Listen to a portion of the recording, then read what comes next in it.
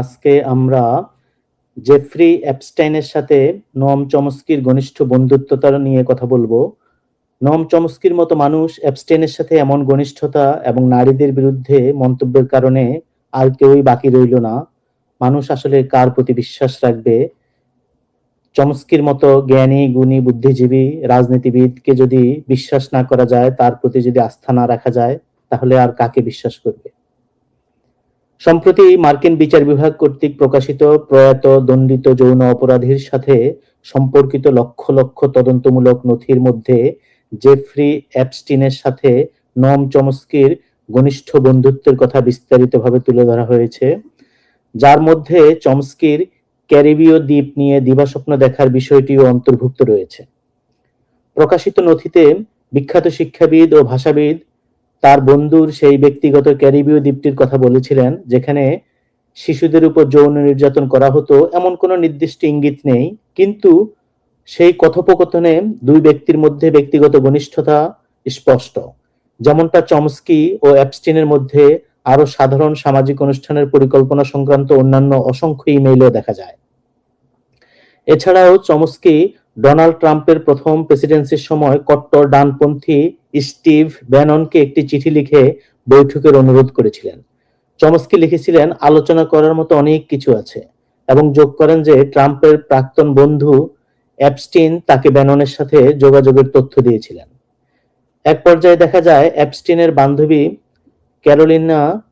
Corona শুলিয়াক তৃতীয় একজনকে email করেছিলেন, যেখানে তিনি ও তার প্রেমিক চমস্কি ও তার স্ত্রীকে দুটি জেনেটিক টেস্টিং কিট পাঠাতে চান।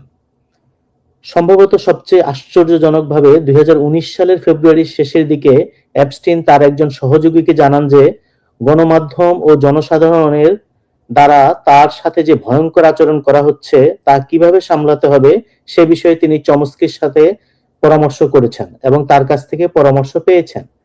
এপস্টিনের একজন নাবালিক মেয়েকে পতিতাবৃত্তির জন্য প্রলুব্ধ করার অপরাধে দোষ স্বীকার করার 11 বছর পরে এবং যৌন পাচারের অভিযোগে ফেডারেল হাজতে থাকাকালীন তার কথিত আত্মহত্যার মাত্র কয়েক মাস আগে এই ঘটনা ঘটেছিল। চমস্কি এপস্টিনকে উপদেশ দেন, এগিয়ে যাওয়ার সেরা উপায় হলো এটিকে উপেক্ষা করা। নারীদের প্রতি নির্যাতনের বিষয়ে যে উন্মাদনা তৈরি হয়েছে তার পরিপ্রেক্ষিতে এটি বিশেষভাবে সত্য, যা এমন পর্যায়ে পৌঁছেছে যে এখন কোনো অভিযোগ নিয়ে প্রশ্ন তোলাও হত্যার চেয়েও বড় অপরাধ।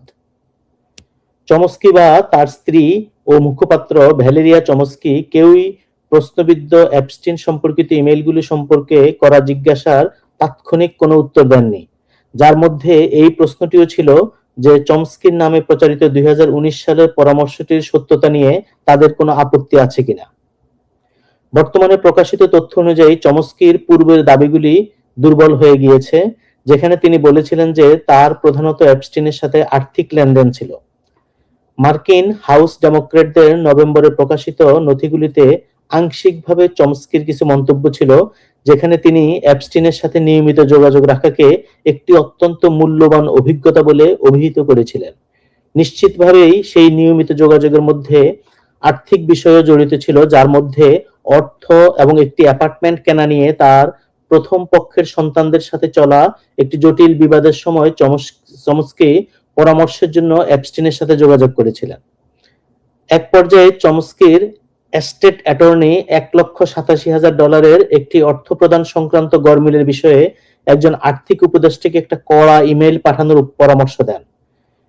অ্যাটর্নি ইমেইলটির একটি খসড়াও প্রস্তুত করে রেখেছিলেন, কিন্তু চমস্কি, যিনি বিশ্বের অন্যতম উজ্জ্বল বুদ্ধিজীবী, সেই চিঠিটি পাঠানো তার জন্য ভালো হবে কিনা সে বিষয়ে এপস্টিনের মতামত নিতে চেয়েছেন এবং মতামত নিয়ে তারপরে নিশ্চিত হন। এপস্টিন তার জবাবে লিখেছিলেন, আপনার উচিত অ্যাটর্নিকে ইমেইলটি পাঠানোর অনুমতি দেওয়া, কিন্তু কঠিন প্রশ্ন জিজ্ঞাসা করতে অনিচ্ছুক হওয়ার জন্য তাকে তিরস্কার করা। অন্য একটি সময়ে ভ্যালেরিয়া চমস্কি এপস্টিনের একজন সহযোগীর মাধ্যমে $20,000 একটি চেক পাঠানোর ব্যবস্থা করেছিলেন, যা ভাষাবিজ্ঞানে চমস্কি চ্যালেঞ্জ পরিচালনাতে সাহায্য করার জন্য নির্ধারিত ছিল। এছাড়াও এপস্টিনের সাথে চমস্কির সম্পর্কের কারণে তিনি একসাথে ছুটি কাটানোর আমন্ত্রণ পেতেন এবং তার পরিচিত মহলে বেশ কিছু বিখ্যাত ব্যক্তির আনাগোনা শুরু হয়। উদাহরণস্বরূপ 2016 সালে চমস্কি দম্পতির সাথে দেখা করার পরিকল্পনা নিয়ে ইমেল চালাচালির পরে অ্যাপস্টিন নোম চমস্কিকে লিখেছিলেন, সব সময়ের মতোই খুবই ভালো লেগেছে। নিউ ইয়র্কে বা ক্যারিবিয়ানে কবে আসবেন? আপনাদের খাবার উপভোগ করুন। চমস্কি উত্তরে বলেছিলেন, আমাদেরও খুব ভালো লেগেছে। ভ্যালেরিয়া সবসময় নিউ ইয়র্কে যেতে আগ্রহী। আমি সত্যিই ক্যারিবিয়ান দ্বীপের কথা ভাবছি। সেই একই বছরের অন্য একটি সময়ে ব্রুকলিনের বাসিন্দা অ্যাপস্টিন নিউ ইয়র্ক সিটিতে চমস্কির সাথে দেখা করার জন্য যে কোনো সময় মুক্ত থাকার কথা বলেছেন, কারণ শহরে আমরা ছাড়া বাকি সবাই চলে যাবে। উডির থেকে আলাদাভাবে হয়তো আমরা আবার দেখা করতে পারি। চমস্কি উত্তরে বলেছিলেন যে অ্যাপস্টিন এবং অ্যালেনদের সাথে রাতের খাবার খাওয়াটা দারুণ হবে। ইমেইলগুলিতে নির্দিষ্ট করে বলা হয়নি যে তারা চলচ্চিত্র পরিচালক উডি অ্যালেন এবং তার স্ত্রী সুনি প্রিভিনের কথা বলেছিলেন কিনা, কিন্তু এটি যে সেই পরিচালক ছিলেন তা বিশ্বাস করার কারণ আছে, যাকে উডি অ্যালেনের মেয়ে ডিলান ফারোর অভিযোগের কারণে শিল্পী সমাজের বেশিরভাগ অংশ থেকে একঘরে করে দেওয়া হয়েছে। উডির মেয়ে ডিলান অভিযোগ করেন যে 1992 সালে অ্যালেন তাকে যৌন নির্যাতন করেছিল, যা উডি অ্যালেন বারবার অস্বীকার করেছেন।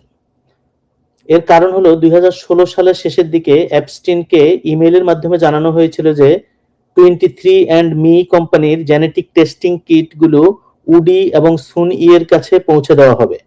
কয়েক মাস পরে 2017 সালের স্প্রিংয়ে ইমেইল থেকে দেখা যায় শুলিয়াক অ্যাপস্টিনের সৌজন্যে চমস্কি দম্পতির জন্য একই ধরনের দুটি পরীক্ষার ব্যবস্থা করেছিলেন। প্রায় 1 বছর পরে চমস্কি স্টিভ ব্যাননের সাথে যোগাযোগ করেন এবং বলেন, গত রাতে আপনার সাথে দেখা করতে না পারার জন্য তিনি ও ভ্যালেরিয়া যে হতাশ তা প্রকাশ করেন। চমস্কি লিখেছেন, জেফ্রি অ্যাপস্টিন আমাকে আপনার ঠিকানা দিয়েছেন। আশা করি খুব শীঘ্রই আমরা অন্য কিছুর ব্যবস্থা করতে পারবো। অনেক কিছু নিয়ে কথা বলার আছে। সে সময় স্টিভ ব্যানন প্রায় 1 বছর ধরে ট্রাম্পের প্রথম প্রশাসন থেকে বাইরে ছিলেন। স্টিভ ব্যানন উত্তরে লেখেন, একমত, সংযোগ স্থাপন করতে পারলে ভালো লাগবে। এরপরে তিনি জানান যে তার ভাই অ্যারিজোনার টুসনে থাকেন, যেখানে চমস্কি একজন বিশ্ববিদ্যালয়ের অধ্যাপক হিসেবে কাজ শুরু করেছিলেন। একটি সম্পর্কহীন কথোপকথন থেকে চমস্কি এবং জেফ্রি অ্যাপস্টিনের মধ্যকার কৌতুকপূর্ণ সম্পর্কের সুরটি আভাস পাওয়া যায়। এক পর্যায়ে অ্যাপস্টিন লিখেছিলেন যে তিনি নোম চমস্কি ও ভ্যালেরিয়া চমস্কিকে প্লুটো এবং তার চাঁদের মতো ভাবেন। চমস্কি উত্তরে জিজ্ঞেস করেন, প্লুটো কে? এবং অ্যাপস্টিন কান খাড়া করা ডিজনি চরিত্রের একটি ছবি পাঠালেন। চমস্কি যখন বললেন যে মানুষরূপী কুকুরটিকে সত্যিই তার মতো দেখতে, তখন অ্যাপস্টিন একটি লিঙ্গ সম্পর্কিত রসিকতা করে উত্তর দিলেন, আপনার এই বয়সে যদি কিছু খাড়া হয়ে থাকে তবে গর্বিত হন। উফ, চমস্কি লিখলেন, যার উত্তরে অ্যাপস্টিন বললেন, ভালো, তার মানে এখনো অনুভূতি আছে। 2019 সালে অ্যাপস্টিন চমস্কির কাছ থেকে জনসমক্ষে ভাবমূর্তি ব্যবস্থাপনার যে পরামর্শ পেয়েছিলেন বলে দাবি করেন, তা এসেছিল তার সম্পর্কিত একটি গুরুত্বপূর্ণ আদালতের রায়ের পরে। একজন ফেডারেল বিচারক দেখতে পান যে মার্কিন বিচার বিভাগের প্রসিকিউটররা অ্যাপস্টিনের সাথে একটি আপোষ চুক্তি করার সময় ফেডারেল আইন লঙ্ঘন করেছিলেন এবং তারপর তার 30 জনেরও বেশি অপ্রাপ্তবয়স্ক ভুক্তভোগীর কাছ থেকে তা গোপন করেছিলেন। অ্যাপস্টিনের এই চুক্তির ফলে তিনি 2008 সালে ফ্লোরিডা রাজ্যের আদালতে 18 বছরের কম বয়সী ব্যক্তিকে পতিতাবৃত্তির জন্য সংগ্রহ এবং পতিতাবৃত্তির প্ররোচনার অভিযোগে দোষ স্বীকার করে মাত্র 13 মাস স্থানীয় জেলে সাজা ভোগ করেন। মিয়ামি হেরাল্ডের সাংবাদিক জুলি কে ব্রাউন যেমন জানিয়েছেন, মার্কিন জেলা আদালতের বিচারক কেনেথ মারা বলেছিলেন যে তিনি যে প্রমাণগুলো পর্যালোচনা করেছেন তাতে দেখা গেছে অ্যাপস্টিন একটি যৌন চক্র চালাতেন, যার জন্য তিনি এবং তার সহযোগীরা ফেডারেল আইন লঙ্ঘন করে আন্তর্জাতিকভাবে অপ্রাপ্তবয়স্ক মেয়েদের নিয়োগ করত। 2 দিনের মধ্যেই অ্যাপস্টিন একজন অ্যাটর্নি এবং একজন জনসংযোগ কর্মকর্তাকে চমস্কির ভাবনা শিরোনামে একটি ইমেইল পাঠান। পরবর্তী লেখাটিতে নোম নামে স্বাক্ষর করা ছিল এবং তাতে লেখা ছিল, গণমাধ্যম ও জনসাধারণের কাছে আপনার সাথে যে ভয়াবহ আচরণ করা হচ্ছে তা আমি দেখেছি। এটা বলতে কষ্ট হচ্ছে, কিন্তু আমি মনে করি এগিয়ে যাওয়ার সেরা উপায় হলো এটিকে উপেক্ষা করা। চমস্কি বলেন, অ্যাপস্টিন সব ধরনের অসংখ্য উন্মাদের মতো অভিযোগের সম্মুখীন হয়েছেন। আমি কোনো বিষয়ে মন্তব্য করার জন্য আমার সাথে যোগাযোগ করা না হলে সেদিকে মনোযোগ দিই না। এটা একটা বিরক্তিকর ব্যাপার, কিন্তু এটিই সেরা উপায়।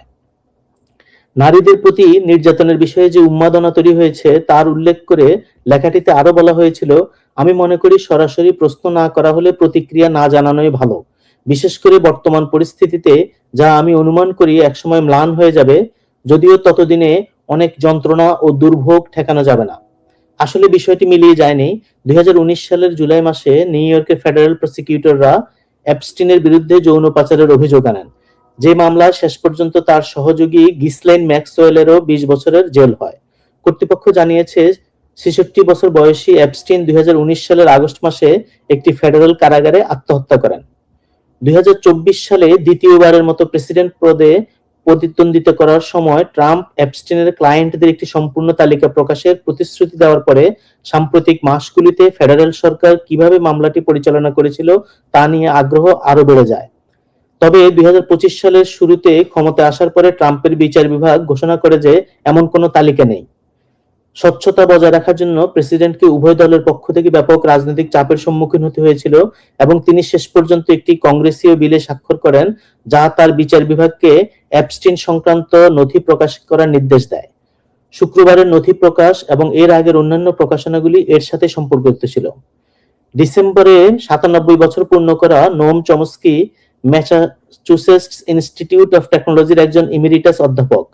একটি বিশ্ববিদ্যালয়ের মুখপাত্র সোমবার জানিয়েছেন, অক্টোবর 2023 সাল থেকে তিনি অ্যারিজোনা বিশ্ববিদ্যালয় থেকে একজন লরিয়েট ভাষাতত্ত্ব অধ্যাপক হিসেবে তার পদ থেকে অবৈতনিক চিকিৎসাজনিত ছুটিতে আছেন। Thank you.